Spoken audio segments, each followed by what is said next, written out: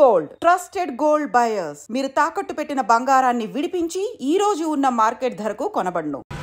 2 లక్షల రుణమాఫీ మోసం చేశారు. నిన్న రైతు భరోసా విషయంలో మోసం చేశారు. అదే విధంగా పంటలకు బీమా అన్నారు, మోసం చేశారు. మొత్తం వరంగల్ రైతు డిక్లరేషన్ ను తుంగలో దొక్కిండ్రు, గాల్లె గలిపింది కాంగ్రెస్ పార్టీ. వరంగల్ రైతు డిక్లరేషన్ లో చెప్పిన ఏ ఒక్క హామీ కూడా ఈరోజు అమలుకు నోచుకోలేదు. అన్ని పంటలకు బోనస్ అని లాస్ట్ కు ఒక్క వరికే ఇస్తామన్నారు. ఆ వరిలో సన్నాలకే ఇస్తామన్నారు. ఆ సన్నాలకు కూడా 2 నెలల నుంచి బోనస్ డబ్బులు పడడం లేదు.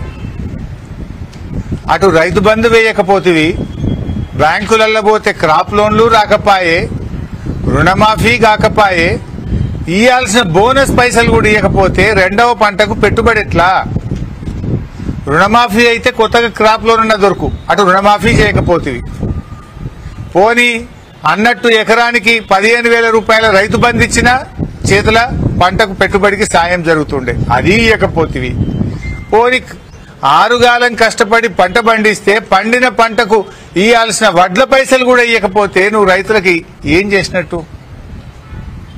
రుణమాఫీ చేయవైతివి, క్రాప్ లోని రానకపాయే, రైతు బంధు ఇవ్వకపోతివి, పండిన పంటలకు వడ్ల మీద పైసలకు కూడా ఇయ్యాల పైసలు ఇవ్వలేదు. పాలమూరు బిడ్డగా నల్లమల్ల అడవులో నుంచి వచ్చిన నేను ఒక రైతు బిడ్డగా 2 లక్షల రూపాయల రైతు రుణమాఫీ చేస్తా అని సరిగ్గా 60 రోజుల్లో 25,50,000 మంది రైతులకు 21,000 కోట్ల రూపాయలు 2 లక్షలు రుణమాఫీ చేసి ఇచ్చిన మాట నిలబెట్టుకొని మాట తప్పని మడమ తిప్పని పార్టీగా ఈరోజు 25,50,000 మంది రైతులకు 21,000 కోట్ల రూపాయల రైతు రుణమాఫీ చేసినాం. ఇవాళ రైతు రుణమాఫీ చేయలేదంటున్నాడు. లెక్కలు చెప్తా, ఏ ఊర్లో, ఏ తండాలో, ఏ గూడెంలో, ఏ రైతుకి ఎంత రుణమాఫీ చేసిందో 25,50,000 మంది రైతుల వివరాలు శాసనసభలో పెడతా. 21,000 కోట్ల రూపాయలు ఎవరి ఖాతాలో వేసిందో నేను లెక్క చెప్తా.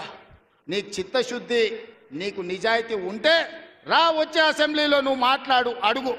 అదేవిధంగా ఆనాడు నువ్వు 5,000 రూపాయలు సంవత్సరానికి రైతు బంధు కింద 10,000 ఇస్తే నేను ఎన్నికల్లో 15,000 ఇస్తా అని చెప్పిన. కానీ ఏ రోజు కూడా చంద్రశేఖర్ రావు గారు మనం అప్పుల్లో లేము, మనం ధనిక రాష్ట్రం, మన దగ్గర సంచుల కొద్దీ గుమ్మీల కొద్దీ రూపాయలు ఉన్నాయని అబద్ధాలు చెప్పిండు. వచ్చి చూస్తే గుమ్మీలు ఖాళీలు ఉన్నాయి. గుమ్మి కింద పందికొక్కులాగా కేసీఆర్ కుటుంబం మొత్తం తిని కూసున్నది.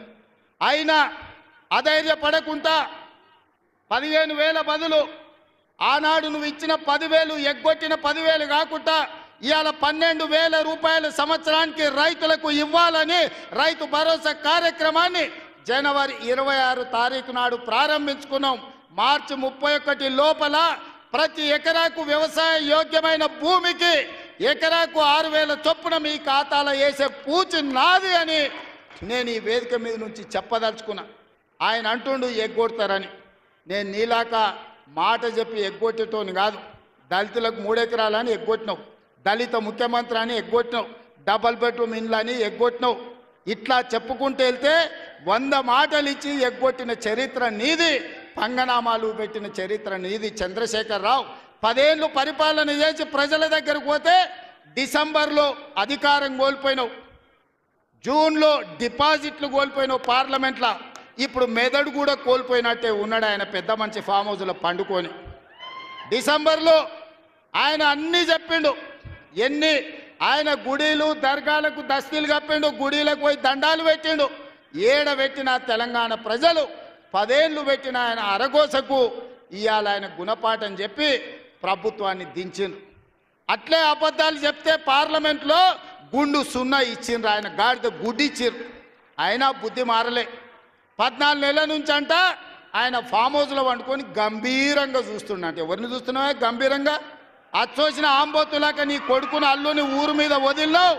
మైసమ్మ మన ఏంది జాంగీర్పీర్ల దర్గాకు వదిలిన మేకపోతులాక ఊరు మీద పడి మేస్తా ఉన్నారు నీ కొడుకు నీ అల్లుడు. మన జాంగీర్పేర్ల దర్గా కోసుకుంటాం కదా మనం, అట్లా జాంగీర్పేర్ల దర్గాను కూడా మోసం చేసిన 100 కోట్లు ఇస్తాను మా శంకర్ చెప్తున్నాడు. ఇవాళ రాజన్న సిరిసిల్ల ఆలయానికి 100 కోట్లు ఇస్తాను, ఆ దేవుణ్ణి మోసం చేసినాం. ఈడ దర్గాను మోసం చేసినాం.